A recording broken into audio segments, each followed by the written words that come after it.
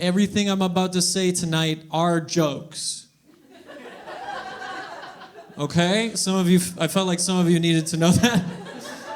They're jokes, right? And I know that specifically that's hard to tell with me because of my severe lack of eyebrows.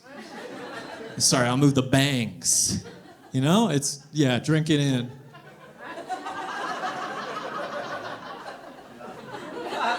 I know, a couple of you were like, something's off.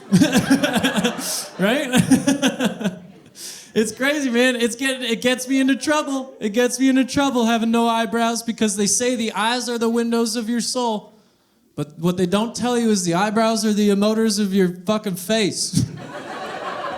You know, like if I'm at a party and I'm smiling and I'm having a good time, you can't tell if I'm having a good time or if I just want your skin. You're like, are you having a good time? Oh, I'm having a great time. Are you having a good time? I'm having a great time. Give me that skin. You know? Yeah, you can do both. You can do both. Connor Nicholas Christmas. That's my God-given name. And I say God-given, but really it was just my mom who's still fucked up on an epidural. Right, like you should know to wait, right? Like wait until the drugs wear off before you name. I was born in 1994. That is like a long time after the moon landing. I feel like we should know as a society that you should wait a little bit, right? Or else you're gonna end up with Connor Nicholas Christmas. The original name, the first draft of the name was Cole Christmas. Yeah, that's not even funny, is it? It's just sad. And the saddest part is that my parents didn't even realize how fucked up that was. It was my auntie, thank God for her. She might think I'm going to hell for being gay, but she really helped me out of the birth canal. She's like, you can't name him Cole. So they're like, Connor Nicholas Christmas it is. Right? And it doesn't make any sense. My brother's middle name, Douglas, after our grandfather. My sister's middle name, Donna Diane, after both our grandmothers. Me, there's no Nicholas in the family. I'm a fucking pun. But it makes sense. I asked my dad once. I was like, Father Christmas? You can't pass up on that opportunity. Father Christmas? Why is my middle name Nicholas? Right? Because I was British. And then he just said, someone's got to do it. That was literally his response. Yeah, which makes sense when you find out his name, when he's not being called Father Christmas or, Dad. His name is Steve Murray Christmas. As in, Murray Christmas! Your life is a lie. Right? There's no learned people in my family. There's no doctors in my family. This is the only job I could have ever had. Right? If I was named Cole Christmas, my job would be arson. Connor Nicholas Christmas, it's like when people find out my whole name, they react like one of two ways, right? It's usually old ladies if they like work at, the airport or something, and they're just like, Connor Nicholas Christmas, who would do that to you? You're like, do you not know how last names work, right? We're just playing the cards we were dealt. And then the other one is they get really excited, right? And they're like, Connor Nicholas Christmas, like Saint Nick. Do you have a sister named Mary? I don't, but they're like, oh my God, Christmas at the Christmases, that must be so much fun, right? And I'm like, yeah, it is, we're Jewish, so we don't do much, but... Mazel. I didn't, when I wrote that joke, I didn't think I'd have to say that I'm not Jewish with my name. But people thought I was Jewish, because I said it, I guess. I got a trustworthy face. But honestly, I don't think it's because of my trustworthy face. I think it's because of this schnoz situation I got going on, which is not on me, that's on you, and it's pretty anti-Semitic. Which I think is allowed right now.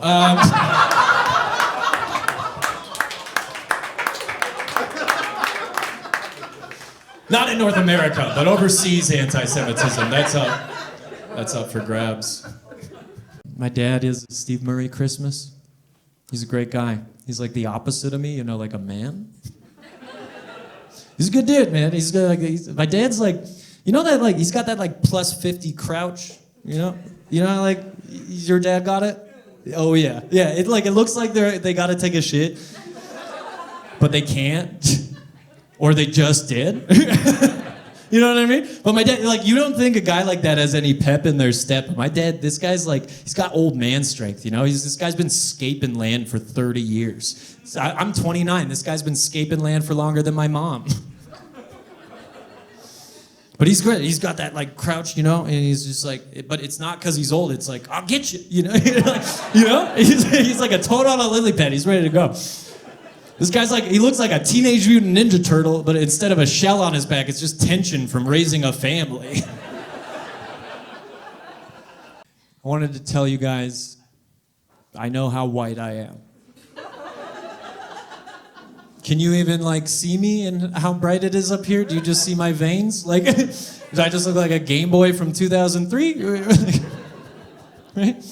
It's getting to be a problem, my lack of melanin. My lack of melanin is, I have such little melanin, I called it melatonin for years. You know? That's how concerned I was about it. It was like my pale complexion gets me into trouble because I love other cultures, and specifically I love other cultures' food, right? I like spice. But then, like, they see me, they don't give me spice. Like, thank God for takeout. Because, like, so if I walk into a restaurant, they see my white complexion, they will not give it to me. They're trying to protect me. It's like, I know it's not racism, but it is racial profiling. You know what I mean? Right? That'd be like if I, like, tried to go sit on a sunny patio, 30 degrees, no variable clouds, and they're like, what are you doing out there? You gotta sit in the basement. Look at your complexion. You're like, bitch, I got SPF 75. Let me live my life. You know, I'm an adult, right? I understand the risks. It's like, how am I supposed to experience the pain of colonialism on your culture if you won't even let me apply that pain to my tongue? Okay, that was a little too real for all the whites in here. All right. Hit a little too close to home. Now, have you ever been to an Indian place? You go to an Indian restaurant and you ask for a spicy vindaloo, they give you a mild butter chicken? That happened to me, right? I asked for the spicy vindaloo, he gives me a mild butter chicken, which, by the way, is just for whites. It's not an Indian food, it's the ginger beef of Indian food. He gives me the butter chicken. I go, this isn't what I ordered. And then he goes, oh no, it's spice. And he kind of just walks away, right? And I would have sent it back, but I tasted it. I'm not gonna lie to you, it was pretty spice. It was pretty spice. When they're right, you know? I was raised on ketchup sandwiches. Black pepper is spicy for me. But that's the thing, right? That's why I'm so skinny. I was raised on boiled chicken. Like, white people food is gross. I was raised on boiled chicken, I'm skinny, but this is my body, man. This is my body. And I feel like it matches. I feel like I match my body. I don't think I could be like a Jack guy. I don't think I have that personality, you know? Like, frolic is a word I use in a lot of conversation. So, like, I frolic as a verb. I will frolic as much as I can, right? Jack guys, they don't frolic. They lift weights and try not to kiss. I would for sure kiss. I wouldn't be able to do it, right? I wouldn't be able to be a Jack guy, so I'm skinny, you know? And especially because, like, even when I open, like, a jar that's hard to open, like a pickles or anything like that, my veins pop out like crazy in my arms, right? So I was just jacked all the time. Could you imagine me walking through the gym just looking like Morning Wood? Just fucking pale as shit, super veiny, slight lean to the right. You picture me at the squat rack just like... And you're like, ew, I hope he wipes that bar down. Is that sweat? Ew. So I don't work out. I'm not a Jack guy, but not for me, it's for you, okay? I don't want to do that to you. You shouldn't have to walk through the mall and see a giant penis. Yeah, it's a good thing I'm not bald. I grew up in High River, right? I'm not unaccustomed to conservative places, Bible belts and things like that. Grew up in High River, and in grade 8, this is just a little bit about my childhood. In grade 8, when I was 13, I choreographed an entire musical for my grade 8 play. Thank you. Stayed in on a lot of recesses. Choreographed an entire musical at 13 years old for my grade 8 play. Didn't know I was bisexual till 25. It's crazy how life works, eh? But I think that's growing up in Alberta, right? That's growing up in Alberta, especially rural Alberta. They're like, bury it down! Just get it down there with the oil! Which, just as a side note, for a province so obsessed with fracking, why are we so against with sodomy? Like, it's the same thing. But I did. I buried it down, right? I buried it all the way down. I was only gay in my feet for so long. No wonder I was teaching all those kids to dance, you know? Can't put these gay little feet back in the shoe closet. But it bubbled up. It bubbled up, and now I'm a bisexual Albertan. That's my life. Yeah. Thanks. That's not the reactions we usually get. It's very different, especially guys bisexual. Like, that's not the reaction we get. When you're a woman and you're bisexual, you come out as bisexual, everyone's like, they applaud, right? They're just dropped to the ground like they're Wile E. Coyote. Their tongue rolls out and they're like, oh my God, what do you need? You need to step on my back? Step on my back. You fucking spit on me. I don't care. You come out as bisexual as a man and you're like, hey guys, you tell your closest friends, you're like, hey guys, I'm bisexual. It's hard for me to tell you, I'm bisexual. And they go, did you hear what Connor just said? He said he's gay.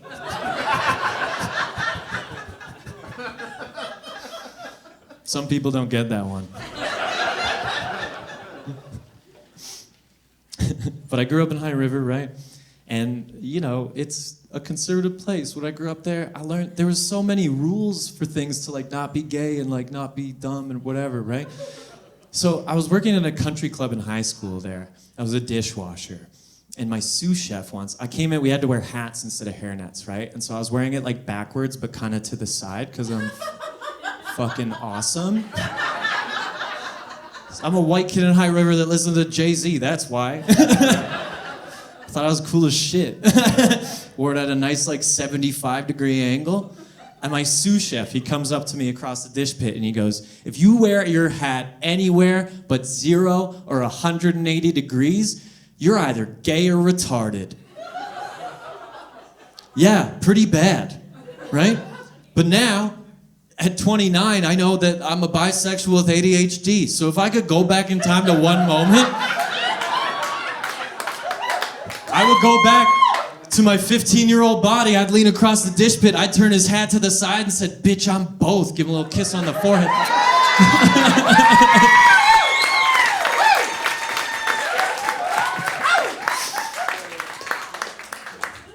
Joke's on you, I'm gay and retarded. And I don't know, but in about 12 years, everyone's gonna wanna be. I'm a Calgary gay, but a Toronto straight. Do you know?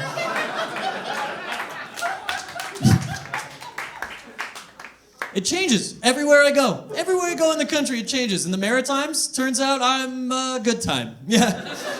They don't really give a shit out there. Yeah. Their only rule is don't talk politics.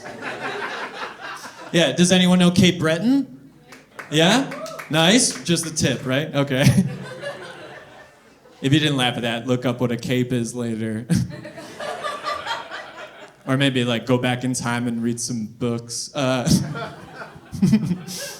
was in the Northwest Territories for comedy, and that was a really cool experience. When I was up there, I was on Tinder because I like to window shop. I know nothing's gonna happen. I like to see what they have to offer. So I was swiping through Tinder. I saw someone's bio. It said, I have insulation. I super liked it. Yeah. Everyone in the Northwest Territories is pansexual, right? They like anyone no matter what the gender is. That's just because there's not a lot of people. It's like, you got a heartbeat? Let's go. We only got 23 hours of sunlight. I was born and raised in Alberta, but BC, that is like the Goldilocks of gay for me. You know, we got some BC people over here? Hell yeah. Hell yeah. BC is the Goldilocks of gay because it's just right. You know? Yeah, it's just not one bear in my bed, I'll tell you that.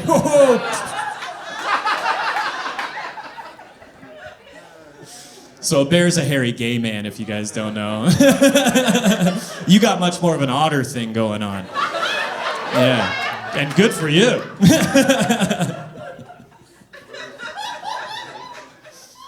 I always had to tell people my sexuality because I used to just say I'm not straight because I like the power.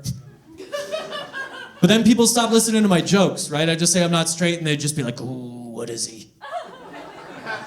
Like there's definitely a guy at a couple shows who was like awake next to his sleeping wife after. He's just like, where does he put it? So I don't know what's up with you straights, you really need to know. By the way, where are my straights at tonight? Took you guys, it always takes you guys a couple minutes. I think it's because you're not used to being called a generalization. Right? You're like, oh, I thought I was Trevor.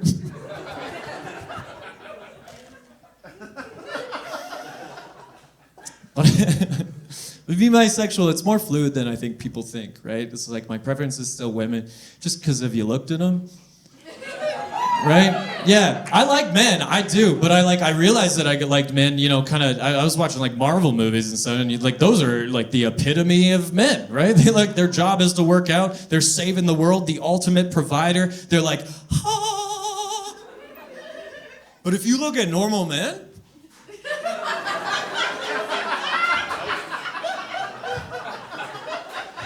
the sound that they make is more like, every straight woman in here has had a moment with a guy, and it is not because his dick is too big. You guys know what diva cups are? Yeah, a few people. Okay, and girlfriends, before you start telling your boyfriends, I know I planned this into the joke. I'm gonna tell you, just shut the fuck up and let a man talk about it for a little bit.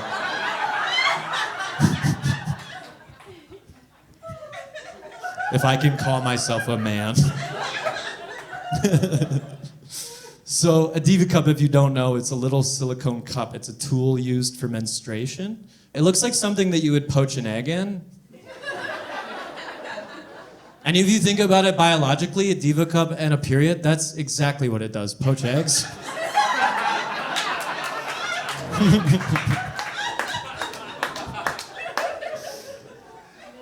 I didn't have to write that. And if you don't know how they work, it's like, do you remember those little things that you got when you were a kid and you'd flip them inside out, you put them down and they pop up? Basically from the 2 women's studies courses I took, they just kind of put it down, probably on a plate for like sanitary reasons.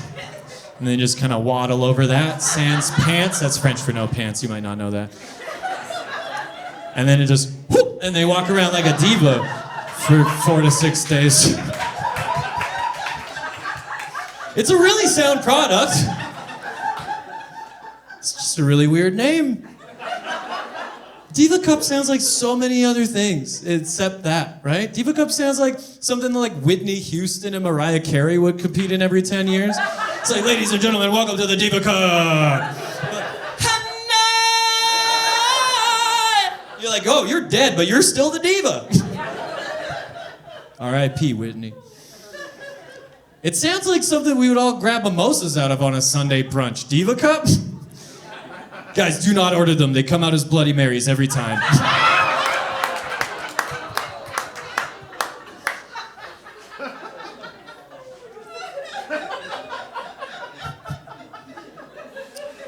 If you like that, in Canada, they're actually Caesars. Because you know you gotta add that clam juice in there.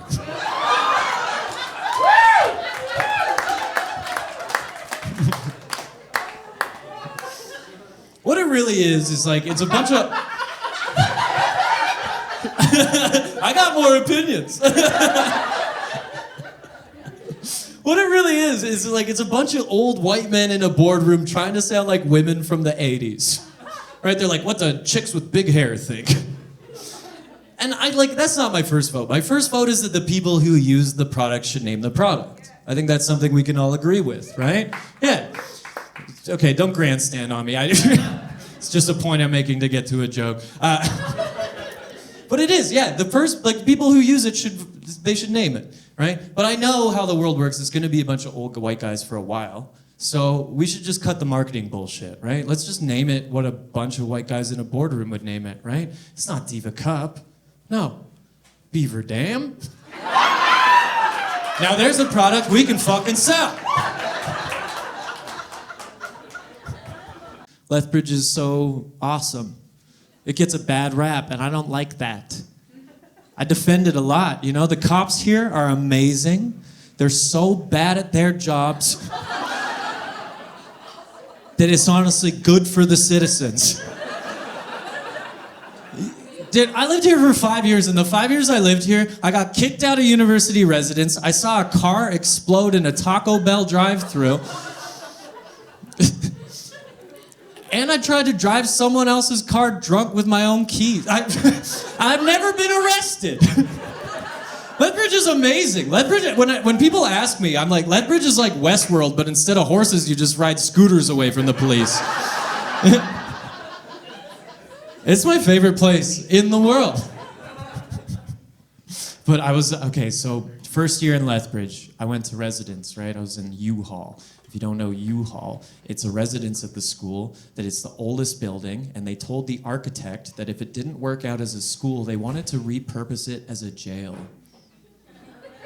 That's a true thing. So just to give you an idea of what these rooms are like. Not much liveliness. It doesn't look like a children's hospital in there, I'll tell you that.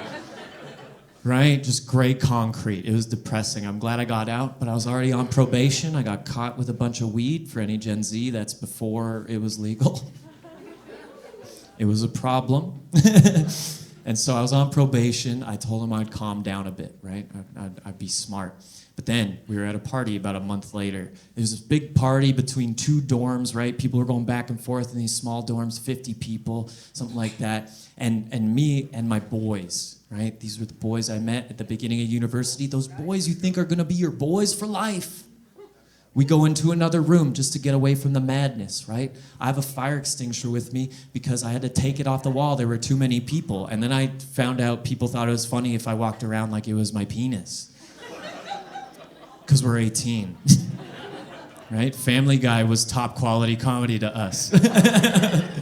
So I was holding the fire extinguisher, and we're like, man, nothing big enough has happened, right? This isn't the Van Wilder experience that we were promised by Ryan Reynolds himself. So we're all looking at each other. We all look down at my fire extinguisher penis. We're a bunch of 18-year-old boys. We know what's going down. We don't have to say anything. So we start sucking each other's dick. No, I'm just kidding. Not where you thought that was going, right? They're my boys for life. No. We all look at the fire extinguisher. We know it's going to go off. It's like a Stanislavski play, right? If a gun is pulled, it will go off at the end, right? Not theater majors, okay. You guys have jobs? Cool. We all look at the fire extinguisher. We all look at me. And then the only question there was who's going to do it? And that's when I realized I befriended a bunch of fucking pussies. Because no one wanted to, right? And then I'm on probation, right? I have a reason not to not want to. They're not doing it, and no one's saying anything, so I'm like, fuck it. I'll do it. They're like, we'll pay you $25. I was like, keep your money. So I went into the other room where everybody was. I ran. These rooms are shaped like L's, so I run to the hinge of the L, the corner of the L, past all the people, and I'm running through the fire extinguisher. Everybody automatically knows what I'm going to do, and immediately they all go, no, no, no, no, no, no, no, no, no, no. Right? Except for one frat bro in the back who was like, Christmas, make it snow! Yeah, the coolest peer pressure. It's also what people say to me when they want me to do cocaine with them. It's hard not to, especially with his nose.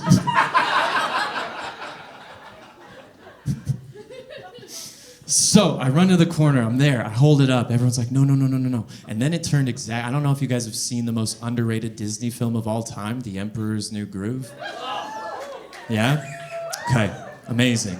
So, if you don't know the movie, I'm not going to explain it because it still won't make sense.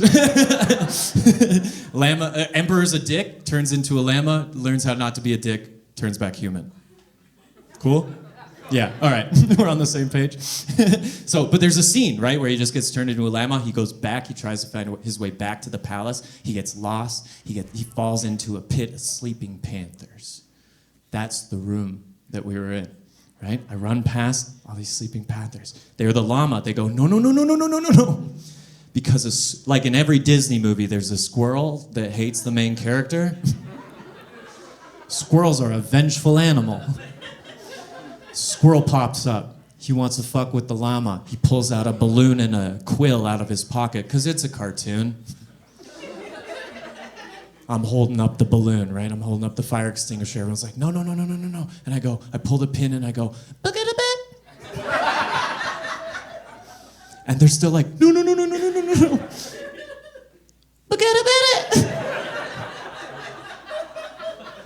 But their words got to me. They did. Their words got to me, their nose, so I was like, I'll just do a little puff. I'll just do a little puff. Like it's my first time smoking weed. Just a little puff, right? I don't know if any of you have worked with emergency tools before. No such thing as a little puff.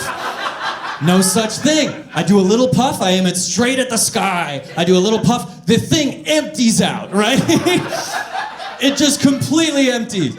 Everybody hits the ground, because I don't know if you've dealt with fire extinguishers. There's two kinds, and I've only seen the ones that I saw in movies, right? I thought that it was just a powder, like some kind of magic snow that like mentally challenged the flame.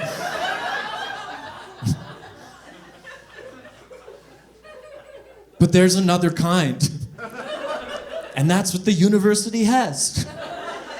And they absorb the oxygen in the fucking air. I spray it. I'm not looking up. I think spraying it up is gonna be the least casualties. But the fire alarm goes off as soon as I spray it. I could not have aimed better into a particle detector. Couldn't it have just been a smoke detector? Wouldn't have that sufficed? Aimed it right there. 500 kids at least have to get evacuated at 10:30 on a Friday night. Right? We're all on the ground trying to breathe like we just got double bounced on a trampoline. Just like, and it's so it was baffling, right? Like I don't know science, so I'm like, there's air around me. Why can't I breathe? So it clears out, we can breathe, everyone runs out of the room, I run through everybody. I go all the way around campus, run into a family of deer, say I respect them, and then I keep going. And then I go up behind the muster point, right? That's a tip. If you ever do a crime, go behind the muster point, everyone will think you're the first one there. So I come up behind, and the only other people there were the people on the detox floor, the sober floor, the fucking loser floor. They're out there with their glasses and their anime pillows. Girlfriends. So I go up behind them and I tap one on the shoulder and I go, what's going on? I knew what was going on. And I also came up behind them covered in white powder. Like I had just been to the messiest cocaine party, right? I came up behind them, I was like, what happened? This was only 2 months into theater school. I was born to act. What happened? They're like, I think someone they pulled the fire alarm. And I immediately, I was like, who would do something like that? Let's fucking get on! But you know how when you go to university or college and the first people that you meet, all those people in your first year, you think they're gonna be your friends for life. Right? These are my boys, these are my people, we're gonna be friends for life, lifelong relationships. Turns out, they're just a bunch of fucking snitches that remembered your name is Christmas. So I get tattled on, and I got a call from the housing guy, Steve, which is ironically the same name as my dad. So I walk up, and I had a run-in with Steve with the weed, right? Remember from a month ago? So I knew Steve. We were on a first-name basis. He has his door open. He's doing paperwork. I walk in. I lean on the frame of the door. I knock a little bit like a cool guy. And I go, hey, Steve. And he goes, oh, hey, Connor. Thanks for coming down. And I cut him off, and I go, how long do I got? and he tries to like do all the formal stuff. He's like, well, yes, unfortunately, because of and I cut him off again. I was like, how long do I got, Steve? Honestly, this is the most gangster I've ever been in my life. I don't know what came over me. It's that fire extinguisher confidence. So I was like, how long do I got? And then he's like, you have 24 hours to vacate the premises without missing a beat. I said, I won't need it. And I walked out. On my way to my room, I called my friend's older brother I went to high school with. I was like, hey, I need to stay at your guys' place for a while. I crashed on a mattress in their dining room floor for 2 months. Paid $100 in rent every month, and then just cleaned. I saved a lot of money, actually. Yeah, residence is expensive. And then I moved it after 2 months. I was like, this is, I'm not gonna be 19 forever. Eventually, girls and guys are gonna care that I'm fucking them on a mattress in the middle of the ground, right? It's not even a bedroom. And so I move in with my buddy Wade, who's right there. He's a drama major. I'm a drama major. This guy he pushes me to audition for things. I get one of the main stage shows at the university my first year. One of the only ones to do so. Keep acting, keep doing well in school, start doing stand-up comedy. And 2 years ago, I was at Just for Laughs in Montreal doing like the biggest set of my life. So best mistake ever. Thank you, Wade. I love you, buddy.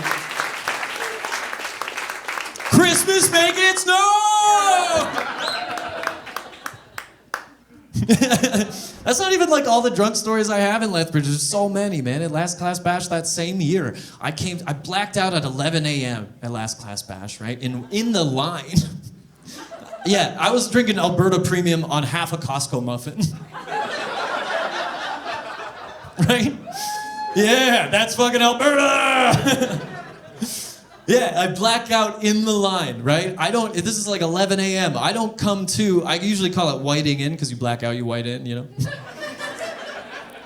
I don't white in until like 3 p.m. And I'm not at the university anymore. I'm in some man's car, in the driver's seat. It's not moving, thank God. In some random suburban neighborhood in West Lethbridge, and I'm trying to put my house key in the ignition. Just so you know, I'm on your side. This is not my proudest moment. And immediately as I could have been doing this for 20 minutes before I came to and realized, and immediately as soon as I remember seeing things again, my eyes turned on. I was like, this is stupid, what am I doing? Right? And then an old man immediately, like clockwork, he comes out in a robe, and my first thought was like, dude, it's 3 p.m., what are you doing in a robe? Meanwhile, I'm blackout drunk. Yeah. And he whips me out, he's so mad. Because as far as he knows, I'm stealing his car. He opens the driver's door, he rips me out, throws me onto his lawn, he gets all mad. I don't know what he's saying really, but I'm just like, it's okay. It's okay. He goes back into his house, and I hear him say that he's going to call the cops. So I'm like, whoa, I better split the scene, right? And so I run away, and I say run, but really it was like street, sidewalk, lawn, back. And then the cop came, and it's not like on Cops like you would see, right? They pull onto the curb, and they're like, get on. They're like, fucking get on the curb! He rolled up really gently, and he was like, this is obviously the guy.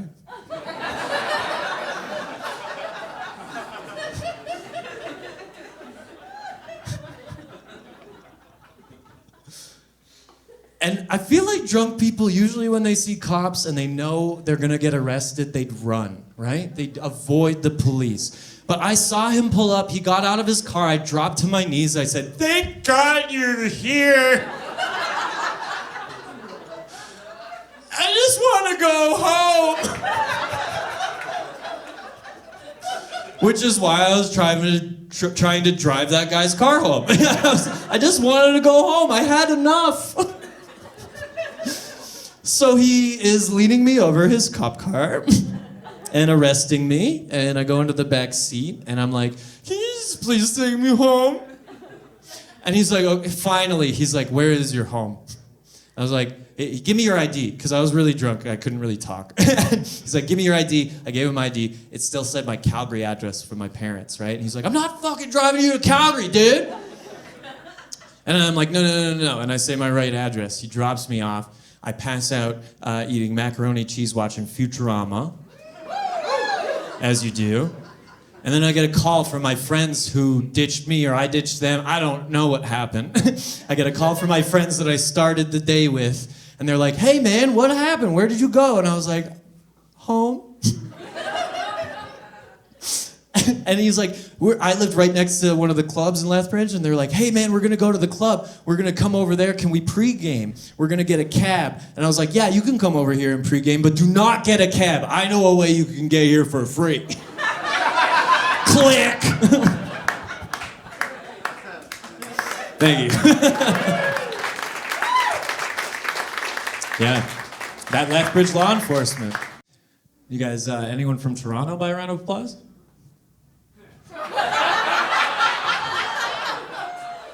I don't even actually have a story, that was the joke. But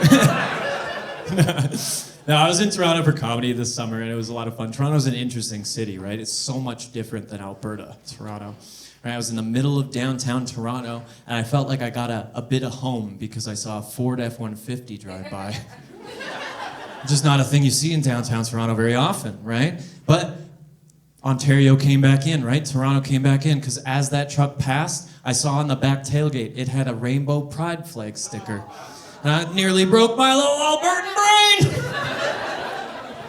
I'm not saying we don't have progressive people or bumper stickers in Alberta, right? But if you're gonna see a pro-gay bumper sticker on the back of a Ford F-150, it is not gonna be a rainbow flag. It's gonna say, if you're gonna ride my ass, at least pull my hair. You guys know those gay ones? Meanwhile, like the bisexual fairy I am, I'm like, well, Rapunzel.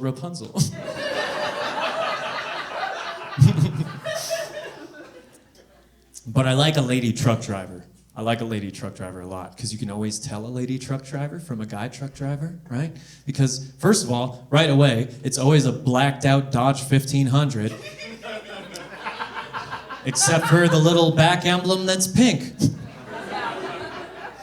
right? And I love the way they express themselves on the backs of their vehicles because guys, it's always their opinion. It tells you their political beliefs, it's something like that. It's usually Calvin peeing on something.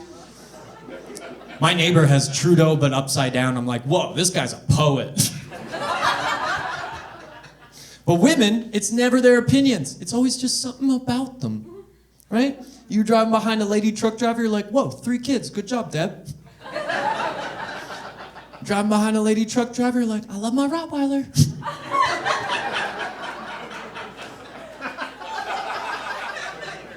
I like the women that drive trucks that work in the trades because they gotta be a little tough, right, with the boys. So they do something kitschy. It's like, I might be a lady, but I play dirty too. But that, like, the more rural you go, the more aggressive the sayings get, right? I was in Grand Prairie the other weekend, it was a couple months ago, and I was driving into town. This blacked out little pink Dodge 1500 drove right by me. I was reading it. It looked like Tinkerbell like spray painted a bunch of shit all over it. And then in Barbie font, it said, I might be a lady, but I'ma fuck you like a man.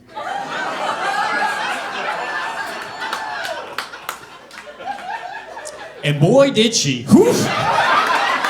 Whoa!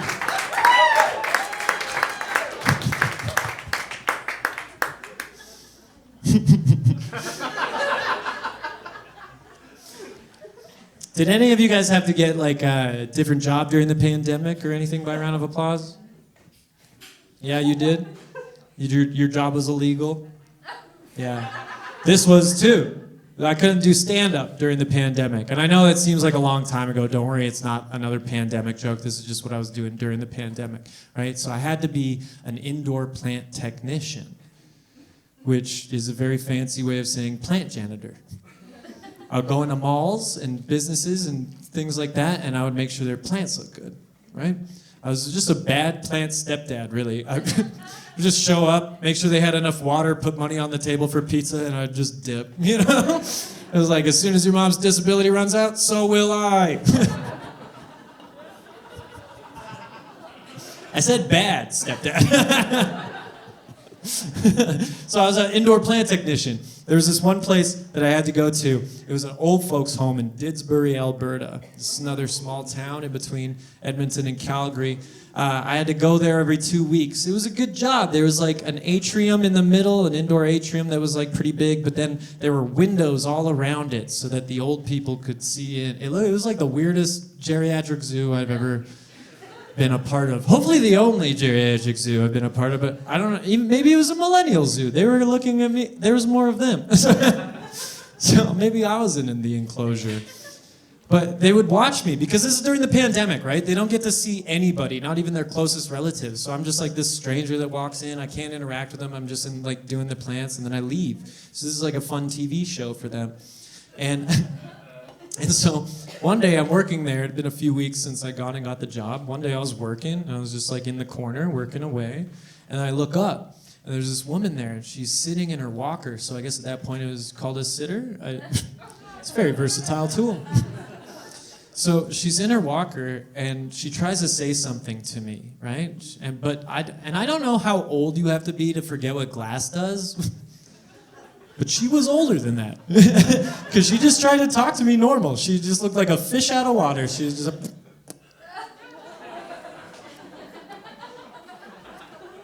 like, she was saying something. I didn't know what it was. So I was like, and I'm a whiz at charades, right? So I'm like, I can't hear you.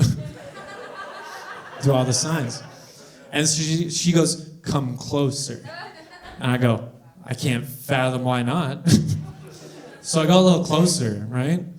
And so we're just kind of like, it felt like Jane Goodall on the Apes in there. Like, we're just a glass pane away. Just had our hands up against it. No, I got closer. And then she didn't even try and say anything to me after that. She just took a quick look to the left, a quick look to the right, just to make sure there's no witnesses. She gave me a quick one of these. You can look, don't worry. You're making eye contact, but you want to look? She gave me a quick flash of the tit. One tit. One single tit. Why? Why one tit, right? Like, it was crazy to me. So much I felt like That's So Raven when she saw the future. I just got like sucked into I was like, what? Right? I felt like I saw my own death, because like two tits. Two tits is amazing, right? Two tits is like geriatrics gone wild, spring break, grandma's off her meds, let's party. But one tit? One single tit? That is an omen. You know, it's like, you will die in a tragic pepperoni accident. I didn't know what to do, man. She just put her shirt down and she left. It was just her life, right? And now I'm racked with like so many feelings. Because I'm driving back and I'm like, do I even go back there? Do I have to call in? Like, should I call, who arrested Harvey Weinstein? Should I call that guy?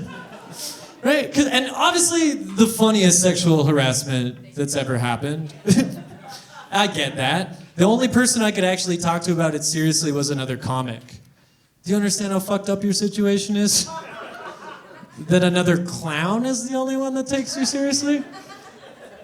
There's so many questions in my head, right? The first one was like, why did it happen? I was like, maybe she does it to everybody, right? And then immediately some weird part of my brain was like, am I not special? Which is something I gotta deal with. But then I was like, but why one? You know, why one tit? One single titty? I know that one is usually better than the other, but like still, you know, why one?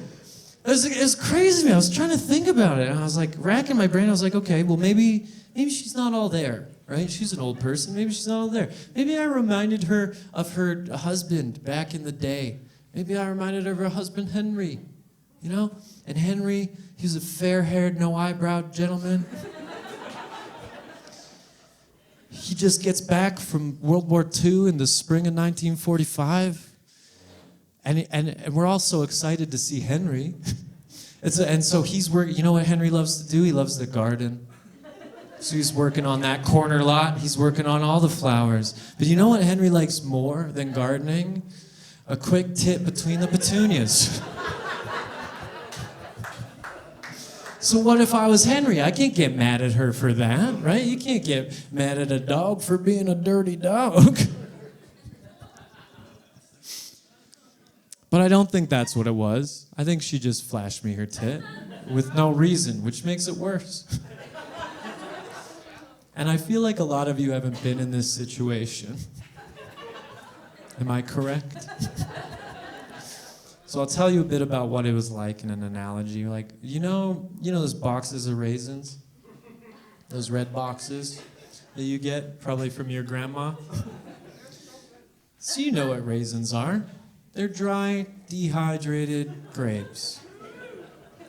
So you get this box of raisins, you open this box of raisins, you expect to enjoy some delicious, mediocre raisins. You pour them into your hand, and instead of raisins, you get a fully plump grape. Because I'm not gonna lie to you, for pushing 90, it was a good tit. Pretty good tit. I was like, damn, is this chick a stewardess in the 70s? What's going on? And then it all made sense because I walked out into the parking lot. I saw her drive away in a blacked out Dodge 1500. So I might be a lady, but I'ma flash you like a man.